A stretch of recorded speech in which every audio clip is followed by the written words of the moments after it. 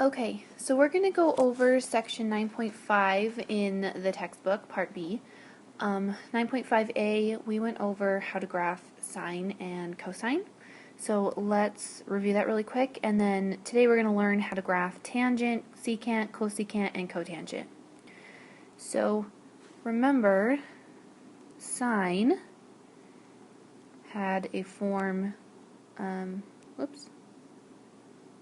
like that, where theta is an angle.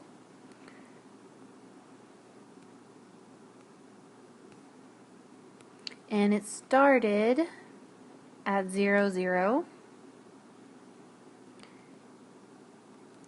And we can split the graph into 4 parts. So it's going to reach its amplitude up at A. So A tells us how far up or down it's going. And then it's going to come back down to the next part or the next section and then go down and then come back up. And it just kind of follows that pattern forever and ever. So A was our amplitude, and we're going to say that's the absolute value of A. If A was negative, this graph is reflected around the x-axis, so it would go down first instead of up from 0, 0. And then the period, or how long it takes to complete a cycle, is 360, or 2 pi, divided by the absolute value of B, which is this number inside of the sine function. So usually that we break it down into 4 sections, and that helps us graph each part. And if B is 1, then this period would be 360, so 360 would go right here. And then half of that would be 180, and then we've got 90 and 270 as these 2 other spots. So that was sine. Cosine was similar.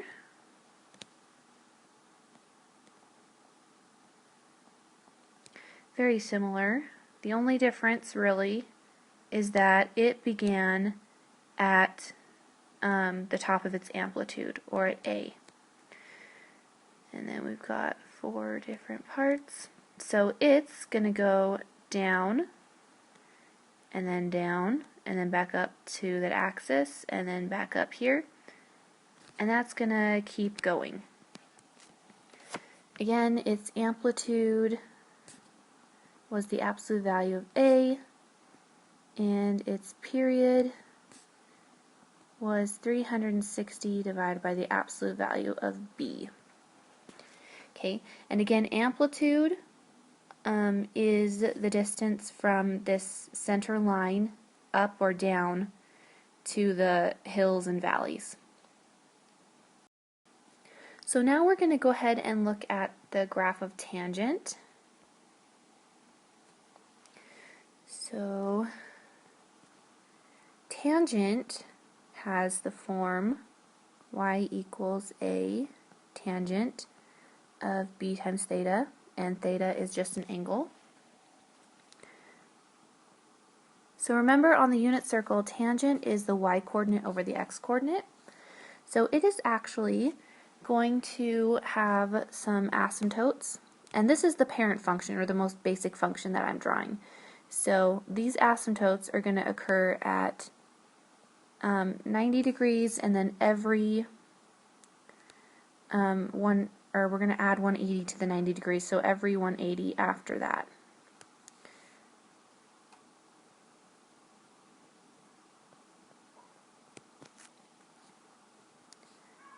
And the reason we have these asymptotes is because on those places, say on the unit circle at 90 degrees, the y-coordinate is 1 and the x-coordinate is 0. So if you put the y over the x, which is 1 over 0, you get something undefined, which means that there cannot be any values at these 90 degree marks.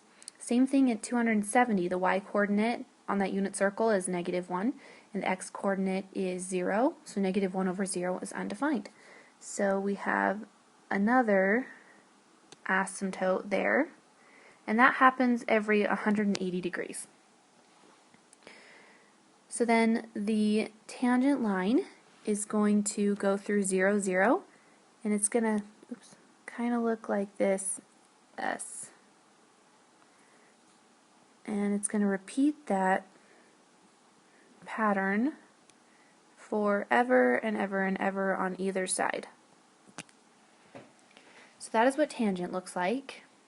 So there's no amplitude because there's no maximum or minimum point. And it does have a period though, or a length for which each cycle is repeated. So the period is on this graph would be 180 degrees because 90 plus 90 is 180. To find that for any graph, you take 180 and divide that by the absolute value of b. Or the same thing as 180 is pi. So if it gives you it in terms of radians, or you have pi's, you're going to do pi divided. You're going to have pi divided by absolute value b instead of 180, because again, pi is the same thing as 180 degrees. Okay, so that's tangent. Let's look at cosecant. So cosecant, y equals a cosecant of b times theta. Now remember, cosecant is the inverse of, or the reciprocal function, not the inverse, the reciprocal function of sine. So the graph is kind of going to be related to that function. So what's going to happen is, and this is the parent function that I'm going to draw, we're going to have a minimum point at 90 degrees and 1.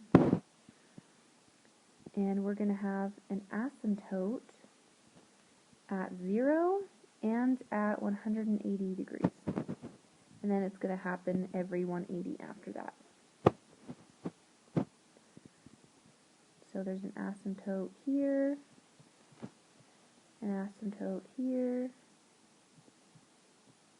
and here. And then we could go backwards and do the same thing. Draw an asymptote every 180 degrees.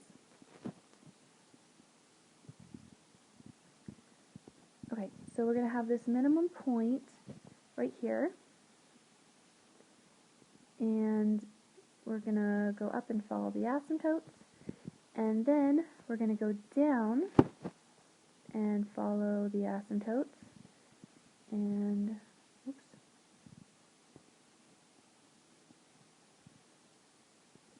we're going to repeat that pattern on either side of the axes.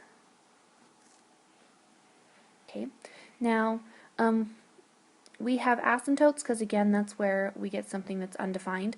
So remember, cosecant is the reciprocal of sine, so it's equal to 1 over sine, or sine equals 1 over cosecant. So when sine is 0, you get, or when the y-coordinate on the unit circle is 0, you get 1 over 0, which makes it undefined. So the y-coordinate is 0 at 180 degrees, 360 degrees, and that's where we get these asymptotes. Now, if you were to plot the sine curve on here, it would look something like this. Now you see how the sine curve is hitting the max and mins of those little parabola looking things. Okay, so that would be the height of the hills and valleys. That's our amplitude of sine. So this doesn't really have an amplitude because it doesn't have hills and valleys like the sine curve does, but A is going to tell us how far up or down on the axes to go to find our minimum or maximum values on those little parabolas. So, let's see. Okay, so that's our cosecant, and we also have a period for this one. And that period is going to be 360 divided by the absolute value of b. Okay, let's go ahead and go on to secant, which is pretty similar to cosecant because it's related to cosine, and cosine's similar to sine. So let's do cosecant or secant right here.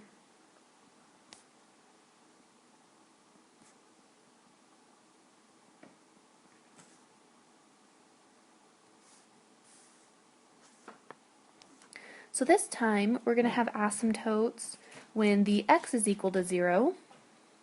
So that's going to happen at 90 degrees and then every 180 degrees after that.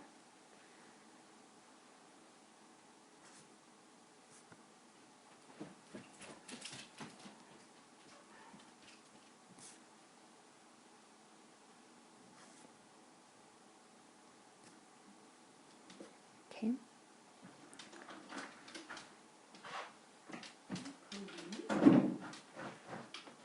And again, that's because the x coordinate is 0. And remember, secant is the reciprocal function of cosine. So we have 1 over cosine, and when cosine is 0, we get something undefined. Now these are also going to have maximum and minimum points at usually 1 unless our a is something different. So for our parent function, it'll happen at, we get minimums at 1 and maximums at -1, and they're going to just follow those asymptotes. Oops. That goes down here. And then that's going to repeat forever and ever and ever. And if we were to draw the cosine curve on here, it would look like this. Again, they would hit the little minimums and maximums of those parabolas. Okay, so the period is the same thing as the cosecant function. It's going to be 360 degrees divided by the absolute value of b. And a, right here, that tells us how far up and down to go from the axis to get to those minimums and maximums on those curves. Okay, let's look at cotangent. And cotangent is the reciprocal of tangent, so it's going to look similar to that one.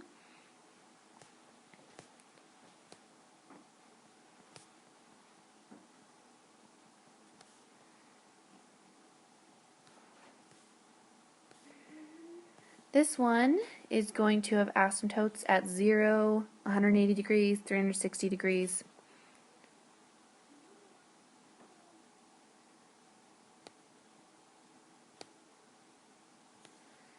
So, and this one is going to start high and then go low on the asymptotes and go through the 90 degrees, the 270 degrees. Okay, so that is cotangent. Let's see, that's 360 degrees right there. This is 180 degrees. Sorry, this is getting kind of messy. If you want to see prettier graphs, if you look in your book, starting at page 629, they graph these functions in your book. And they also have all the rules written out as well. So the period for this function is going to be 180 divided by the absolute value of b, just like tangent. And again, these are related because cotangent is the reciprocal of tangent. Okay, let's go ahead and do an example.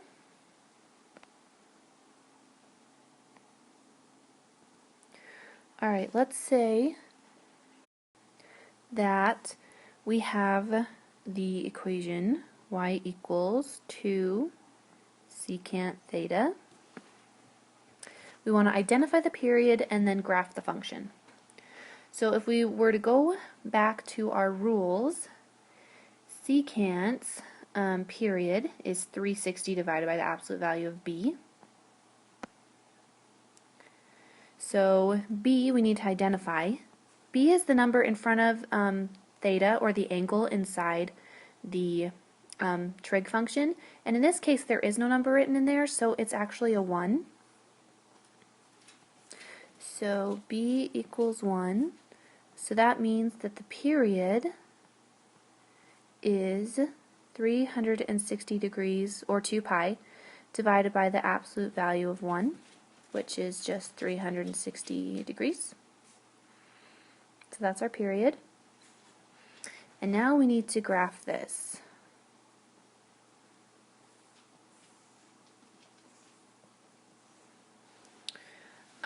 We can also identify A. A is equal to 2 from in front of the trig function, and that's going to tell us how high and low to go for our little mins and maxes of our kind of parabola looking curves for this function, because again secant has little parabola looking curves here, and usually it starts at 0, 1, or how far you go from the axis up to that first valley, and in this case it's 2. So we are going to go up 2 and down 2. The period is 360 degrees, so that means every 360 we're going to be repeating the pattern. So for secant, I'm going to draw 4 tick marks on each side. And for secant, the asymptotes happen on either side of the y-axis.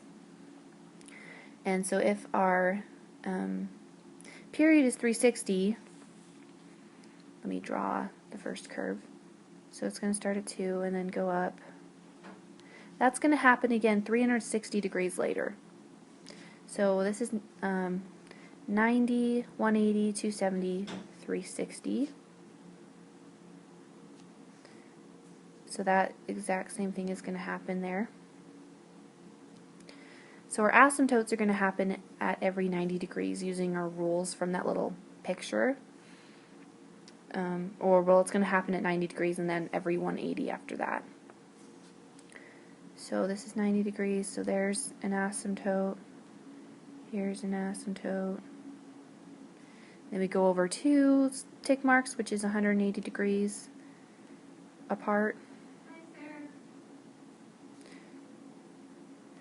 And then we flip-flop over each asymptote. So on this one, that's going to go down. This one's going to go down. And this one would go up. Okay, so secant is centered on the y-axis, and A tells us how far up and down to go to get to those curves. 360 is how far it takes to repeat the process, and we go every 180 degrees, or half of the period, to draw our asymptotes. Okay, let's do one more example. Let's say that we have y equals tangent of 2 theta. We want to find the period and graph this. So the period for tangent is 180 divided by the absolute value of b.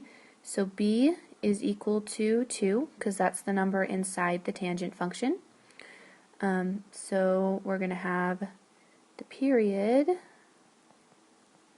is equal to 180 divided by the absolute value of 2, which is 90.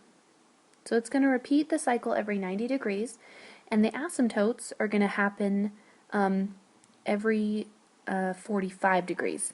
So we're going to half 90, and that'll give us where our asymptotes happen. So first we got 90 degrees for the period. Now let's graph this. So tangent starts at 0, 0. And again, the asymptotes go every 45 degrees.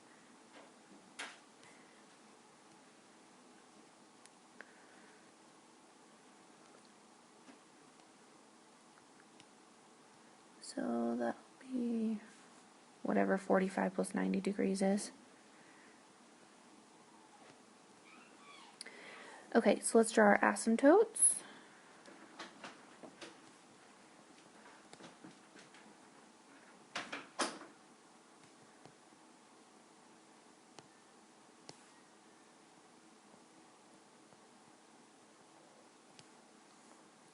Okay, and tangent is going to start low and then go high and hug those asymptotes, and it's going to have an x-intercept every 90 degrees. And it's going to repeat that pattern forever and ever. Okay, I know that these trig functions have a lot of rules, so I would write these down as your so you can refer to them as you're doing your homework, or look in your books.